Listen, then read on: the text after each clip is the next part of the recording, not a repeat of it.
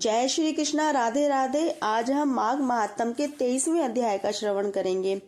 पिछले अध्याय में हमने सुना था कि केरल देशवासी वसु नामक ब्राह्मण का दान, जप, तप, हवन, यज्ञादि तथा प्रभु भक्ति इत्यादि कोई भी धार्मिक कृत्य नहीं करना।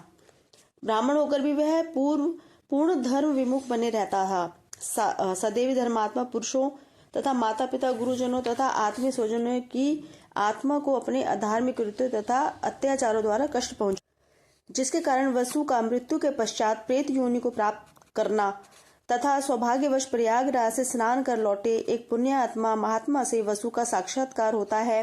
उनसे अपने उद्धार एवं कल्याण के लिए ब्राह्मण वसु प्रार्थना करता है। अब आगे की कथा इस प्रकार से है। पिशाच ने आगे कहा, हे ब्राह्मण, अत्यंत प्राचीन काल में ज्वालिनी नदी के परम मनोहर हरितिमा संपन्न तट पर विचरण करने वाले पुण्य आत्मा ज्ञानी एवं शीलवान सारसों की वाणी का चिंतन जिस समय भी करता हूँ, तो उस समय अत्यंत दुखी से दुखी, उद्गिन तथा अशांत मन होते हुए भी मैं स्वयं को एक विस्मय बोधक अवर्णनीय सुख की स्थिति में अनुभव करता हूँ। कहने का तात्पर्य यह है कि पुण्य आत्मा शीलवान सारसों की वाणी द्वारा कहे गए वचनों को स्मरण करते ही मैं स्वयं को अत्यंत दुखी दशा में भी सुखी अनुभव करने लगता हूँ। इतनी कथा सुनाने के पश्चात महात्मा देवती ने कहा, हे पिशाच, उस ब्रह्म राक्षस अर्थात प्रेत योनिधारी वसु की यह बात सुनने के पश्चात वह धर्मात्मा पथिक कौतूहल एवं जिज्ञासा से ग्रस्त होकर उसके प्रति आकर्षित होकर कहने लगा, हे सौम्य, अब तुम कृपा कर उन ज्ञानी पुण्य आत्मा सारसों की कथा सुनाने का कष्ट करो। मैं उन सारसों की कथा सुनने को अत्यंत उत्सुक हूँ, जिनके द्वारा कहे गए वचनों को तुम दुखी दशा में भी स्मरण करके सुख और शांति का अनुभव करते हो।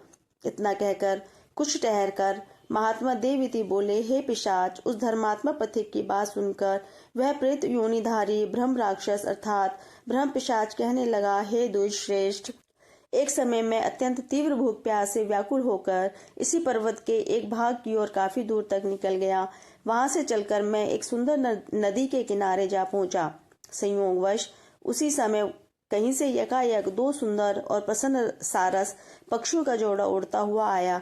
वह जोड़ा वहां उतरकर नदी के स्वच्छ, निर्मल, मनोहर एवं पारदर्शी जल में क्रीड़ा करने लगा। कुछ समय तक जल क्रीड़ा करने के पश्चात नर सारस परिश्रम पूर्ण मनोरंजन करने के कारण थकित होकर नदी के किनारे पर सो गया तथा नर सारस की पत्नी अर्थात मादा सारस वहां पर पहरा देने लगी। नर सारस मधुर निद्रा में विश्राम कर रहा था और मादा किसी भी संभावित हिंसक पशु या जीव जंतु का आभास होते ही अपने पति अर्थात नर सारस को सूचित करने के लिए तत्पर होकर पहरा दे रही थी। इसी समय देवयोग से कहीं से वृक्षों पर से लंबी लंबी छलांगे भरता हुआ एक विशाल काय अति हृष्ट पुष्ट वानर अर्थात बंदर आ पहुंचा। उस विशाल काय बंदर को देखकर वहां उपस्थित छोटे छोटे पशु पक्षी कलरव करते चित्कार करते हुए भाग निकले। माता सारस नर सारस को सचेत कर पाती कि इससे पूर्व ही बंदर ने नदी के किनारे सोए नर सारस की दोनों टांगे निर्दयता पूर्वक पकड़कर अपनी ओर खींची। उस विशाल काय बंदर के हुष्ट शरीर एवं उन्मत्त स्वच्छंद आचरण से भयग्रस्त होकर पशु पक्षी उड़कर अथवा भागकर चले गए थे, किंतु पति को विपत्ति तथा दुख से ग्रस्त देखकर मादा सारस भी व्याकुल एवं दुखी हो गई। प्राण भय से भयभीत होकर पलायन नहीं किया, किंतु स्वयं को पति के दुख से दुखी एवं असहाय पाकर वह रोने लगी और मन ही मन ईश्वर का ध्यान करते हुए मौन हो गई। उस विशालकाय वानर द्वारा अपने टांगे पकड़े जाते ही नर सारस की निद्रा भंग हो गई, पर अपने सामने एकाएक एक विशालकाय हुष्ट पुष्ट वानर को साक्षात मृत्यु के रूप में देखकर वह भी एक पल के लिए पूर्ण भयभीत होकर वाक शक्ति खो बैठा और मौन हो गया। पुनः प्रकृति स्थित होने पर वह नर सारस साहस कर उस विशाल देहधारी वानर से बोला, हे कपिश्रेष्ठ, वानर राज सज्जन जीव कभी भी निरपराध प्राणियों को यंत्रणा देकर बेकार में नहीं सताते हैं। हे वानर, आप मुझ निर्दोष को क्यों कष्ट दे रहे हैं? हे शाखा मृग वृक्षाचारी, हम निर्दोष पक्षीगण किसी जीव की हिंसा नहीं करते हैं, उसे कष्ट नहीं देते हैं, वन में रहते हैं तथा आकाश में विचरण करते हैं। हम हिंसा, पाप, अन्याय, कदाचार इत्यादि से मुक्त रहकर धार्मिक ग्रस्त जीवन के अधीन रहते हैं। प्रकृति प्रेरणा प्राप्त करके ही हम मात्र स्वपत्नी के प्रति दैहिक अनुराग के वशीभूत होते हैं। अतः मुझे कष्ट देना एवं पीड़ित करना हे वानर श्रेष्ठ आपके लिए उचित कर्म नहीं है। हे वानर, मैं आपके पूर्व जन्म की संपूर्ण कथा का ज्ञान रखता हूँ।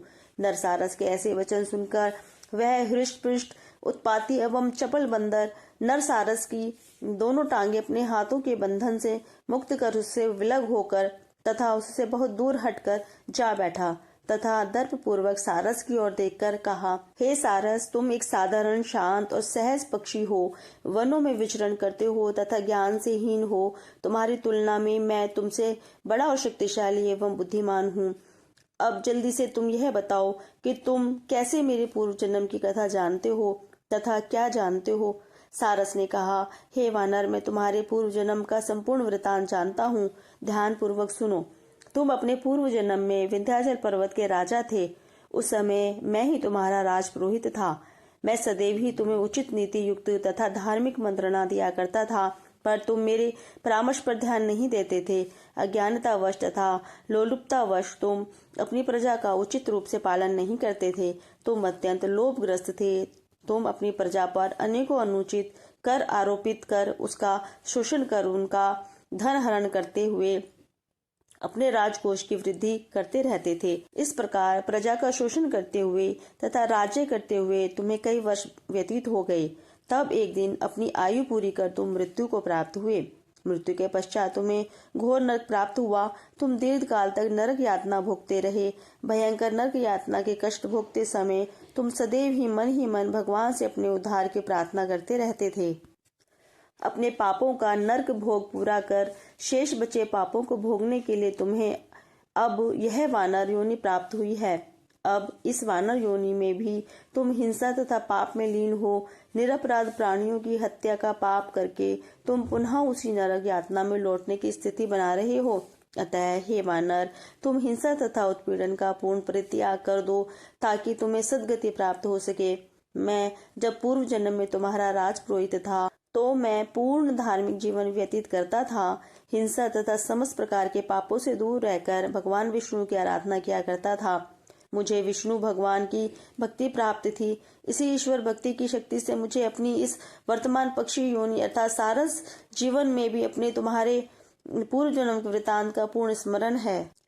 प्राणी को अपने पूर्व जन्म कृत कर्मों को अवश्य ही भोगना पड़ता है। यह सृष्टि का विधान है तथा देवता भी इस विधान का उल्लंघन या भंग नहीं कर सकते हैं। मुझे इस जन्म में यद्यपि सारस का शरीर प्राप्त हुआ है, फिर भी मैं मोहित नहीं हूँ।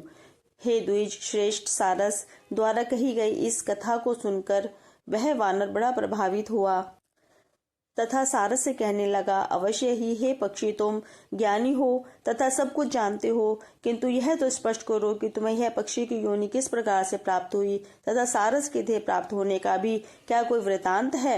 इस प्रकार से माघ महात्म का 23वां अध्याय समाप्त होता है। जय श्री कृष्णा। राधे राधे।